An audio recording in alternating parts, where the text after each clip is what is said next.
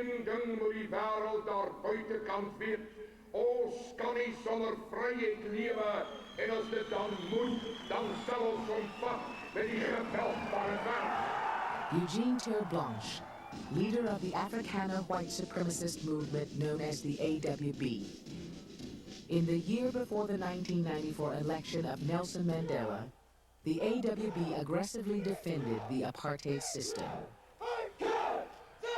Yet Terre-Blanche eventually helped destroy the very system he wanted to uphold.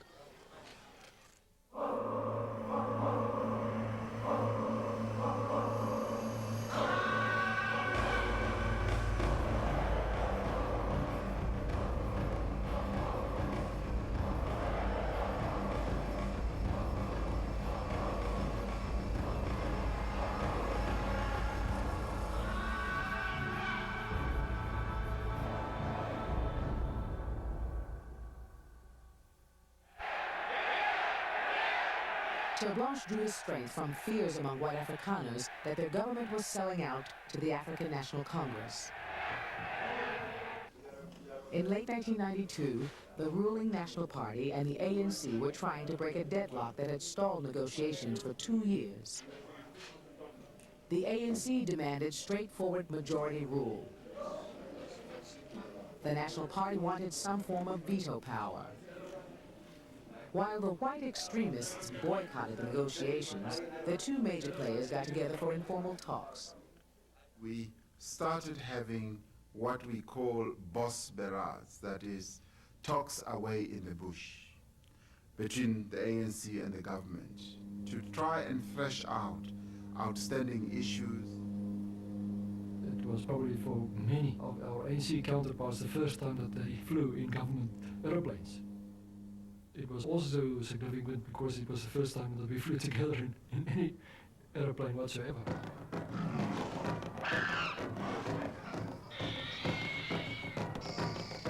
The negotiators went to a remote game lodge.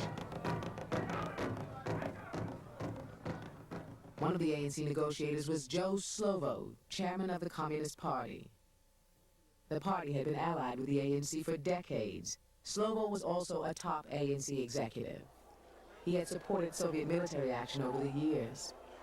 As chief of staff of the ANC's armed wing, he had sent guerrillas into action and made fiery funeral speeches. To crush, once and for all, those who are responsible for so much mourning. Slovo's reputation still sent shivers down the spines of government members at the conference. I went to the swimming pool and found a stranger in the swimming pool, and I wanted to walk away from it when I discovered that this was Joe Slovo. Slovo noticed me, and I had no option but to join him.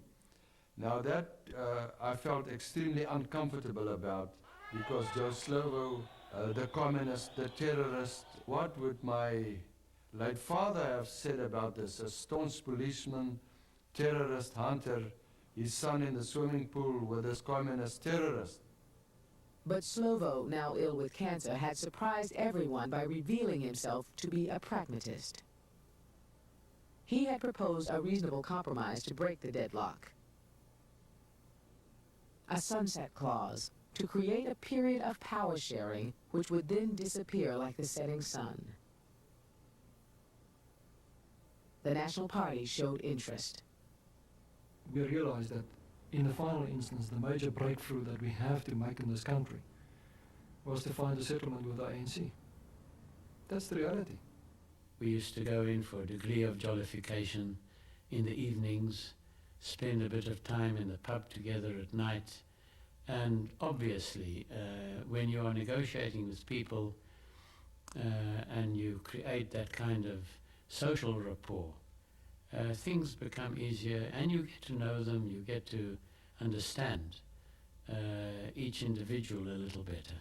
The conference was a success, moving the country a little bit closer to a free and fair election. It was the beginning of the process that eventually led us to an agreement and to a new constitution. So Joe Slovo has been very instrumental in advocating a system where we could remove the fears of the minorities of the country and also moderate the arrogance of a majority, of a black majority.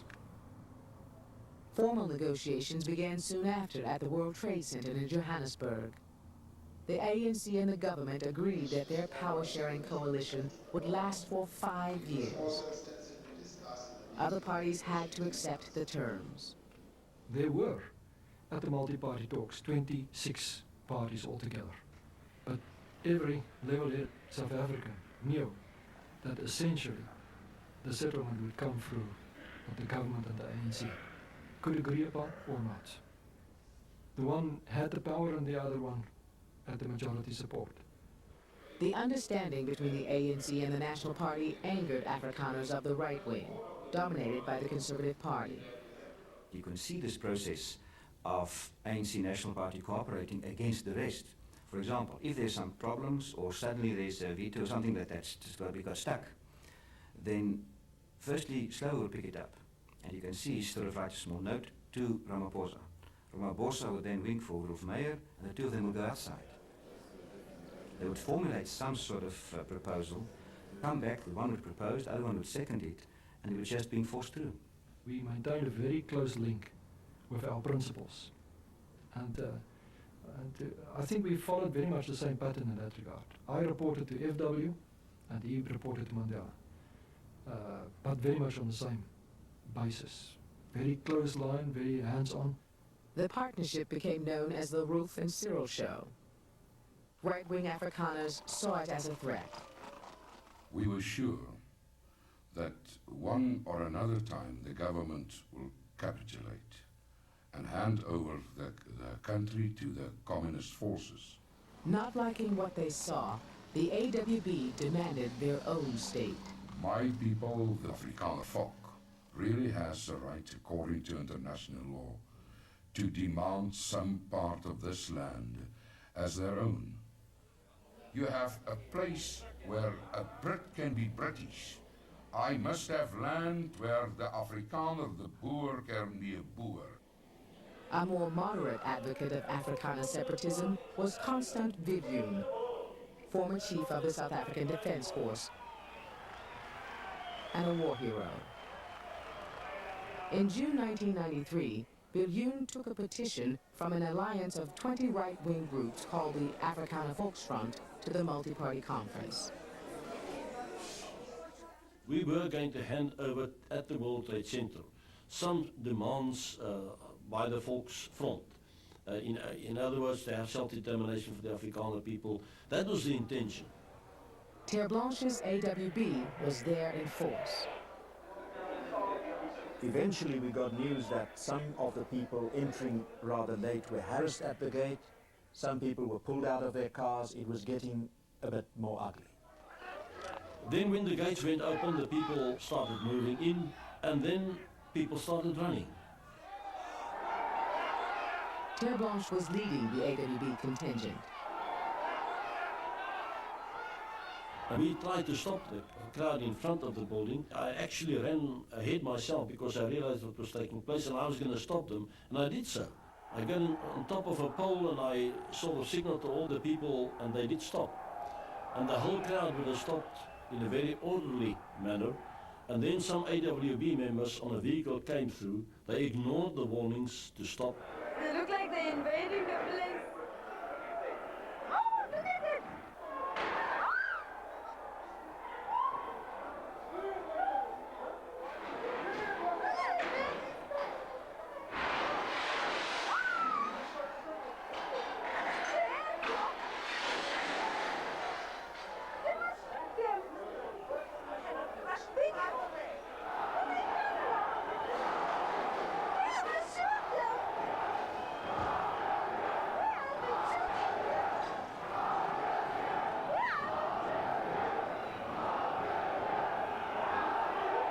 All of a sudden I saw the security people running out, and I said, "What's up?" And they said, they've broken through and they're coming.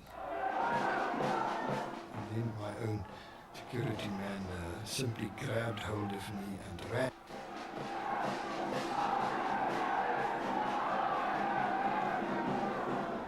pandemonium just broke out in the entire building.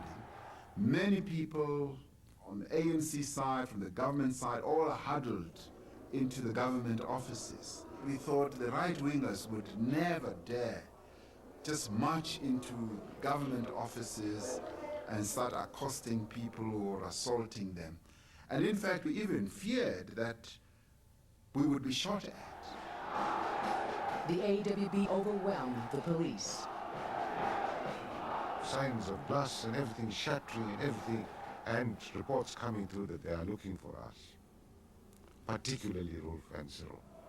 Terrified delegates barricaded themselves in their offices. In the conference chamber, the AWB chanted and wrote graffiti demanding a separate white state. An important turning point in this process was when my security guards kneeled down with their automatic weapons pointed at the corridor, and as the AWB people came around the corridor, shouted to them, "Stop." Ministers were compelled to promise Terre Blanche there would be no arrests. He agreed to take his men out. Now, this had caused not only a collapse of what we had intended, but what was intended to be something for the attention of the world, then was turned against us. I was able to discuss the events with some of the National Party ministers, and they, in the end, I think, drove them more and more away from having any form of understanding or even sympathy with the right-wingers. Soon after the invasion, negotiators agreed that an election should be held the following April.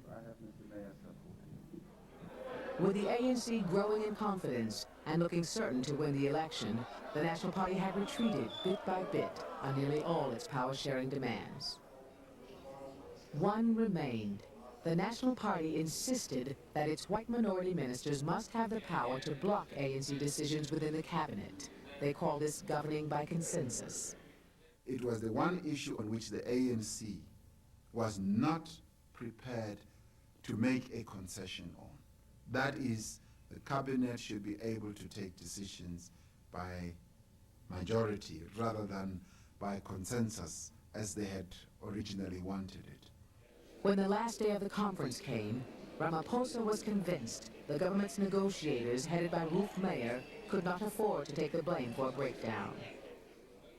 We therefore realized that this was their weak point and pressed on very hard until we finally got them to agree in the very early hours of the morning to that cabinet should be able to take decisions by majority rather than on a consensus basis. This meant that if the ANC won the election, it would run the government. It was indicated that no voting, in fact, would take place, which would mean that our representatives in cabinet would be in a position to influence, to persuade, but would have no final say or veto of any kind. And I disagreed with that. Delport raised the issue with President de Klerk. It was a very emotional moment for me. I think it was also an emotional moment for State President de Klerk. I voiced the concern that we maybe eventually end up as National Party being co-opted into an ANC government. I took the decision and gave the lead that what we should go for is what is now in the Constitution, namely that there will be no vote.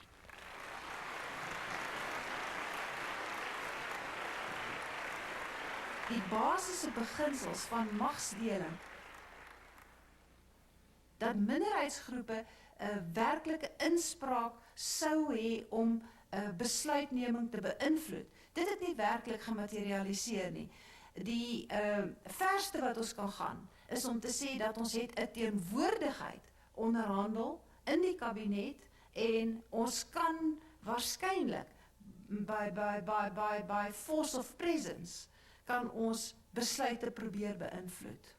As the conference wound up with the ANC triumphant, Ramaphosa celebrated his 41st birthday.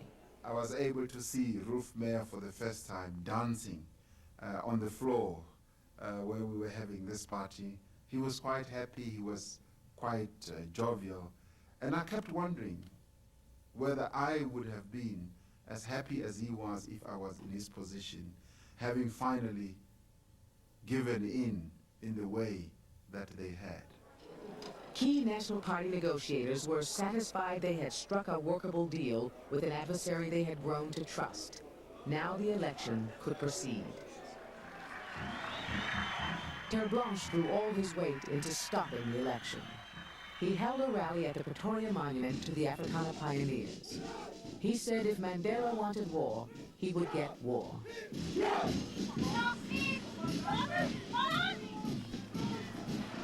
Terre Blanche then persuaded the Volksfront to boycott and oppose the election. Ons het nie nodig om te verduidelik dat ons wit is. God het ons so gemaak en bring as sy kinders staan ons daarby. Ons toe die voorsitter het nie nodig om grond te vra. Ons het grond, ons is die beskawers van Suid-Afrika.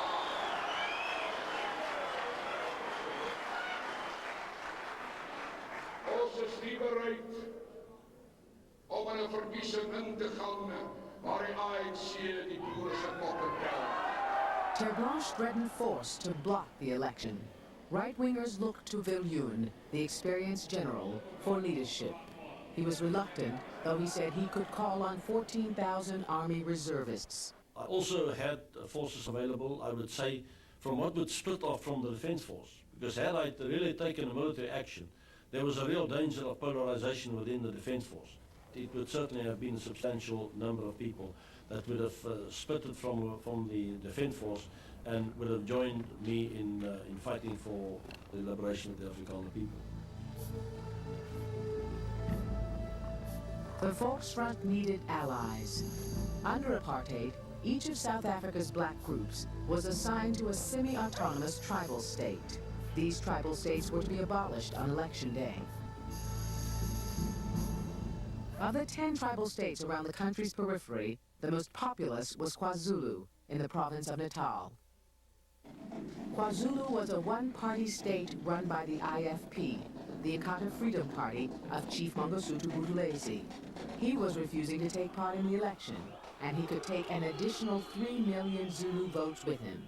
To organize elections with such a large sector of the potential electorate being non-starters seriously assails the credibility of the exercise. The ANC now had members on a transitional council which monitored the cabinet on matters concerning the election. They also had access to the intelligence services that had once spied on them, so they could now see what their adversaries were up to. Chief Buthelezi was a greater threat to the process in Terre Blanche because Chief Buthelezi did have a base. He had an ethnic base, a base which had as its main content political backwardness among some of his constituents, but he did have a base and he was able to do damage. Inkatha's objectives were a war of resistance to the elections, possibly leading to secession, even though it was a harebrained idea, and certainly based on training from the ultra-white right. One IFP member confirmed that he'd seen the bill for the training of IFP members in Northern Transvaal by the white right. Here in the Rand and in Transvaal, there was certain camps where some of the Zulus were trained by AWB instructors. Another tribal state was part of the alliance with the white right. Bophuthatswana, or Bop, was largely rural and poor, yet it would be the main threat to the transition to democracy. Bop was scattered over 7 areas. Its showpiece was the capital, Mbato. The tribal state had been recognized by South Africa as an independent country, though the rest of the world and the ANC refused such recognition. Its president was Lucas Mangope. About a third of its budget was provided by South Africa. Its army of 5,000 men was led partly by officers from the South African forces. Under the constitution that had just been agreed, Bophuthatswana would once again be absorbed by South Africa.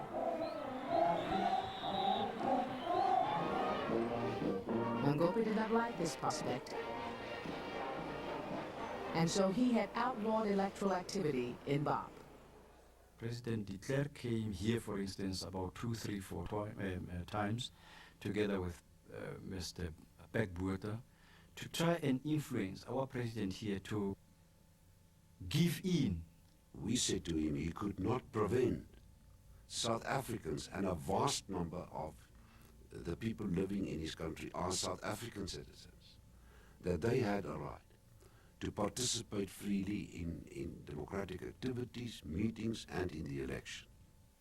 Mangope denied that right. He formed a pact with General Viljoen, Chief Buthelezi, and the leader of another tribal state. This alliance of Bop with right-wing Afrikaners posed a serious threat to the whole transition to democracy. The white right would have territory of Bop, access to Bop arsenals, and would have black cannon fodder through Nkata. Bop's 8,000 police dealt firmly with political and other protest. They would not allow the ANC to campaign there.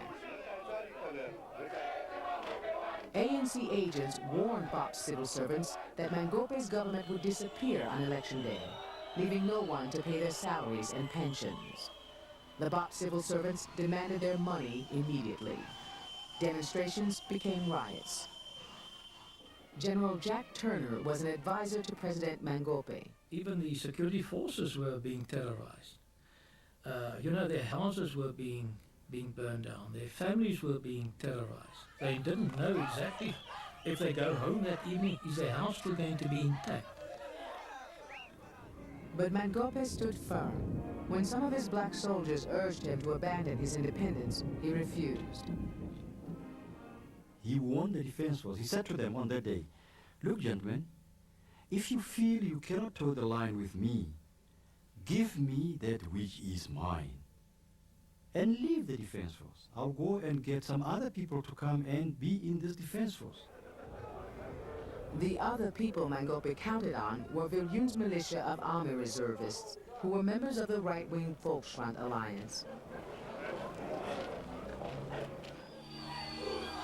As students rioted and his capital went out of control, Mangope called on Viljoen's militia of Afrikaner farmers.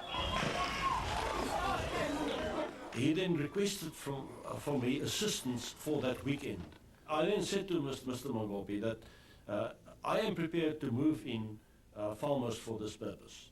Mr. Mangope then said to me, "Please, as far as the farmers are concerned, I will be very happy to have them, because I believe that we have a close relationship.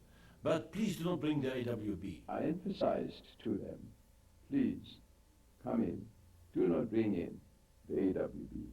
Terre Blanche's men were regarded as rabid racists, but now Terre Blanche announced that he would help Mangope, so the whole white right was going in. At least some of the elements of the white right saw in this an opportunity to establish perhaps an Afrikaner alliance with a president like Mangope, and maybe later make a deal with him for a homeland of their own or a Volksstaat of their own.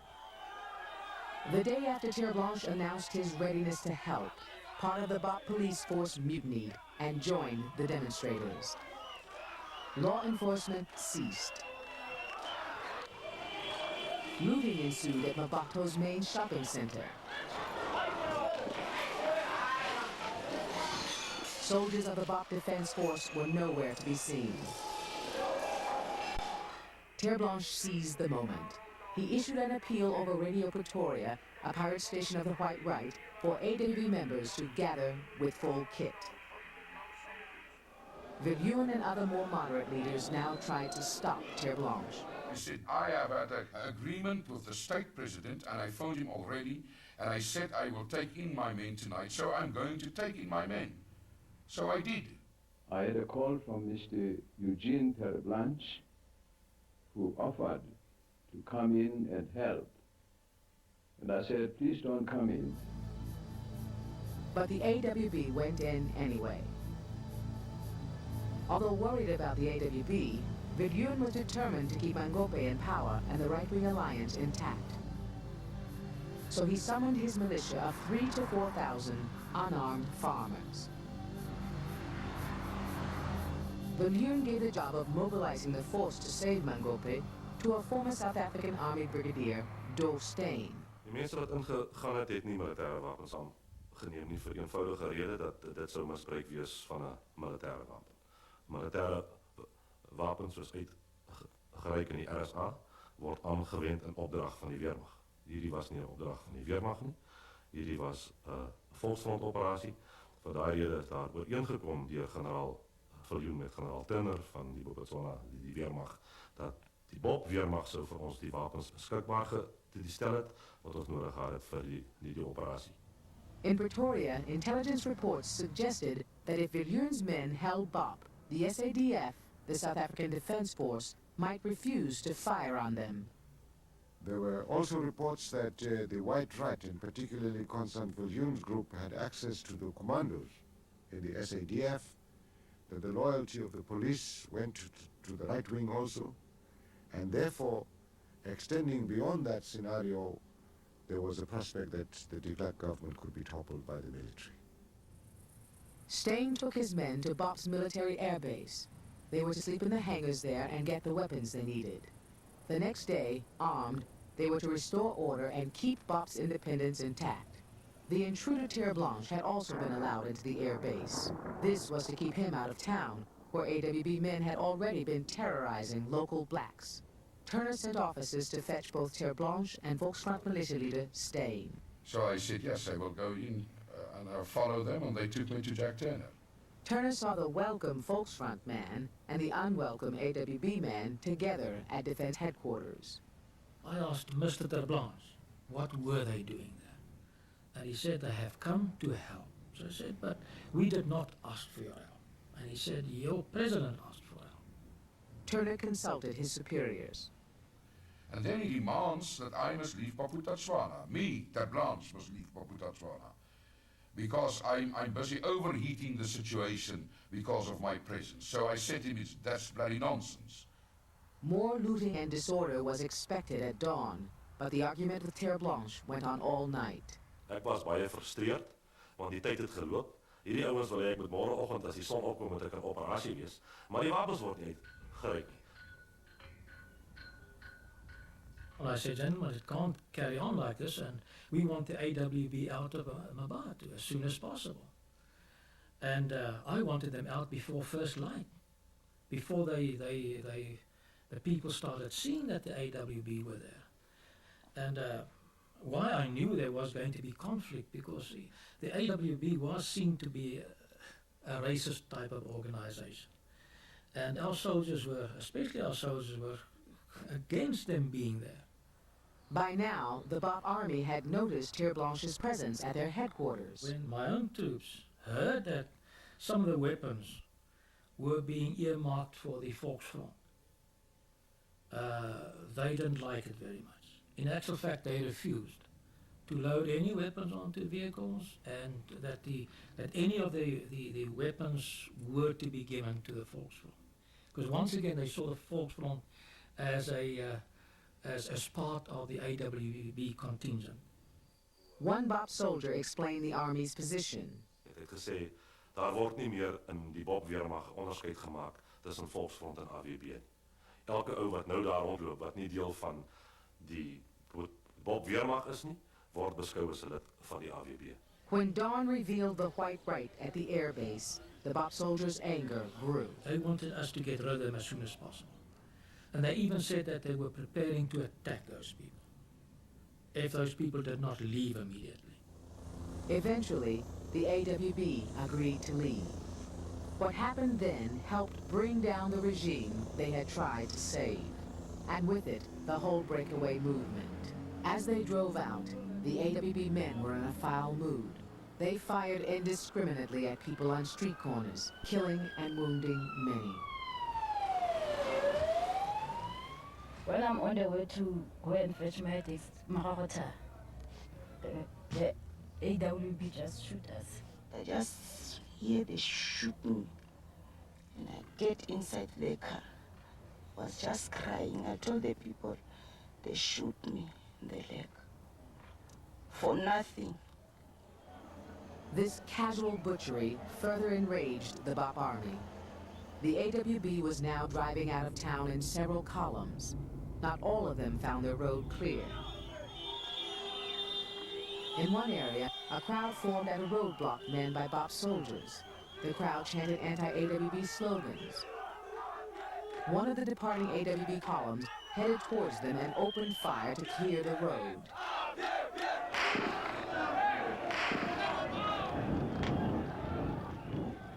The crowd scattered. Then, as the convoy drove past, an AWB man in the front seat of a blue Mercedes near the back of the convoy leaned from the window and took aim. Bop soldiers opened fire. In the distance, the blue Mercedes is the target for the soldiers' pent-up anger. It is riddled with bullets.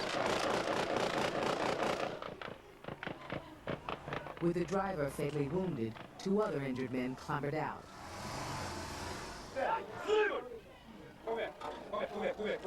Press people, please. Can you just get us some help for him, please? He's just wounded. Are you finished with your photos and stuff? Please get the ambulance now. We need the ambulance for this guy that's wounded. Huh? So are you a member of the AWB? Yeah. You're a member of the AWB? Yeah.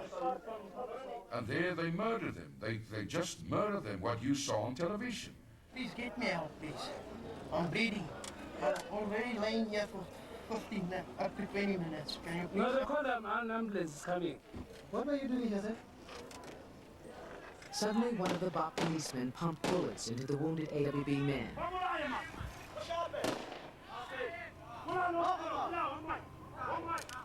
3 of them were shot like dogs in the glaring publicity of television lights and cameras.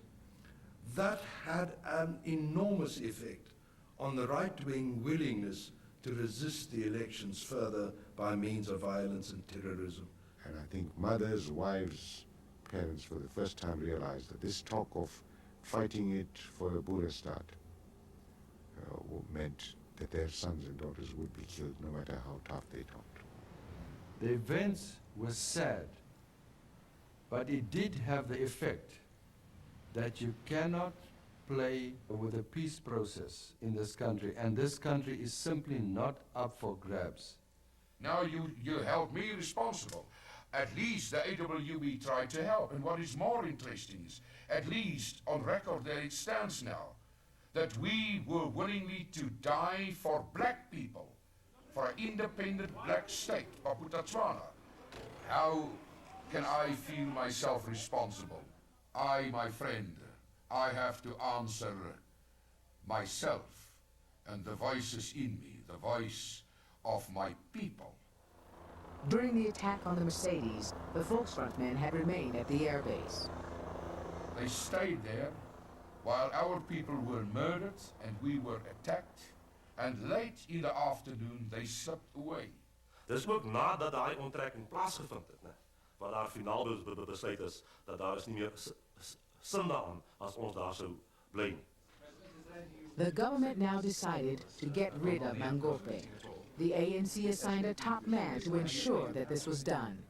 He was Mac Maharaj, a member of the Transitional Council. 6 years before, when Mangope was the South African government's favorite tribal ruler, they had rescued him from a coup. Now, deferring to Bop's foreign status, the foreign minister, Pic Botha, was sent to depose him. We boarded a plane, flew to what was known in the old days as Mafeking, Mabatuda, and from there flew to President Mangope's residence in a helicopter at night. We got to Mangope's late at night. We were aware that he was guarded by at least 60 bodyguards, all well armed. And it was my duty to put it to President Mangope in a friendly, courteous but firm way that, look, Mr. President, it's over. And you can still participate in the elections. But you cannot simply sit here in your private residence while people are dying. I intervened to say that the central feature of the situation was that the administration has collapsed. The public refused to acknowledge his administration's authority. You know, Mr. Bigwater came accompanied by Mr. Maharaj, who apparently came to ensure that Mr. Botha carried out his instructions, Mr. Maharaj's instructions. Mangope refused to even address me, but realized that the game was up, and he then expressed extreme disquiet and with Pitbotha, said he felt betrayed by Pitbotha. He then asked whether he could not address his people. I said it would serve no purpose. It's gone. They would not allow me to address my people and tell them that I had told Botha, that I had told Maharaj, that they do not have the right to remove me. They have no legal or constitutional right to remove me. They would not allow me that. The delegation reported to their political superiors.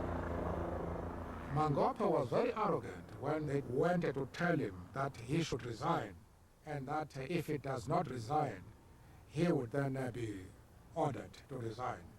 And then he was very arrogant, and they told him that now, from now on, you are no longer president of Botswana. He then, of course, broke down and collapsed.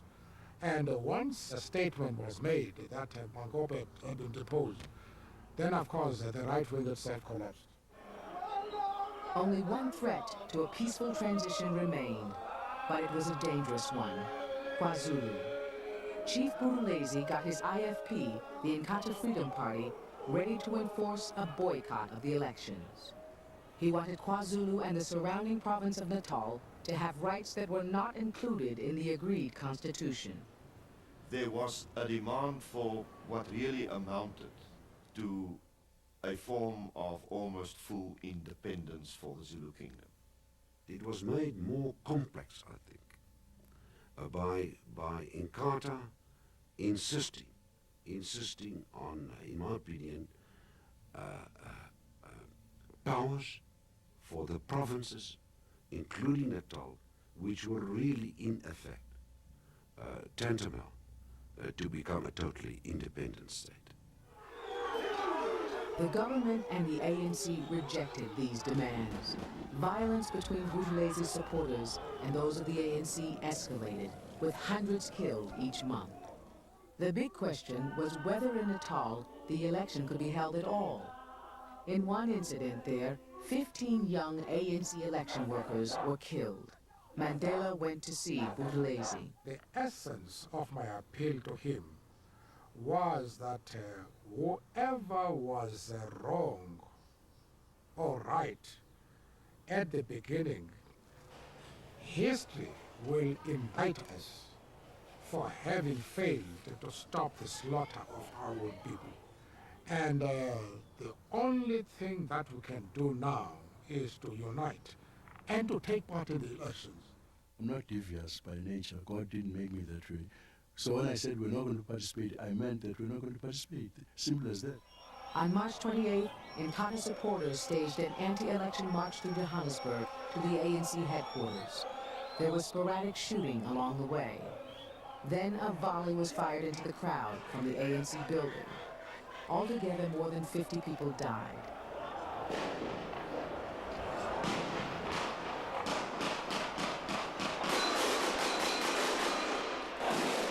Buthelezi said the massacre marked the start of a struggle to the end between the ANC and the Zulu nation. As passions became further inflamed in Buthelesi's home territory, President de Klerk, with Mandela's backing, intervened. Circumstances have arisen within the province of Natal which seriously threaten the safety of the public and the maintenance of public order. I have therefore decided to declare, in terms of the Public Safety Act of 1953, a state of emergency in the area mentioned. Buthelezi now demanded that the election be postponed so that international mediators could be brought in. He wanted them to settle his demands for an autonomous Natal. The election couldn't be postponed. You had millions of people who had focused on these election days as days of liberation. And you couldn't say postpone the day of liberation because the IFP and Chief Buthelezi are not yet ready. The government, which had moved troops into KwaZulu, would not budge. And with less than a month to go before the election, Buthelezi was faced with a stark decision if he continued to hold out.